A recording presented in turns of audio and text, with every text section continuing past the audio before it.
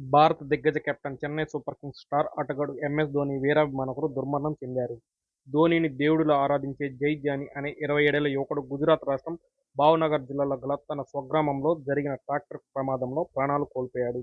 ఈ నెల 12న జై తన వ్యవసాయ భూమికి వెళ్తుండగా ట్రాక్టర్ అదుపు తప్పి బోల్తా పడింది. ఈ ప్రమాదంలో జైకు తీవ్ర గాయాలయ్యాయి. హుటాహుటిన ఆసుపత్రికి తీసుకెళ్లగా 2 రోజులు మృత్యువుతో పోరాడి తుది శ్వాస విడిచాడు.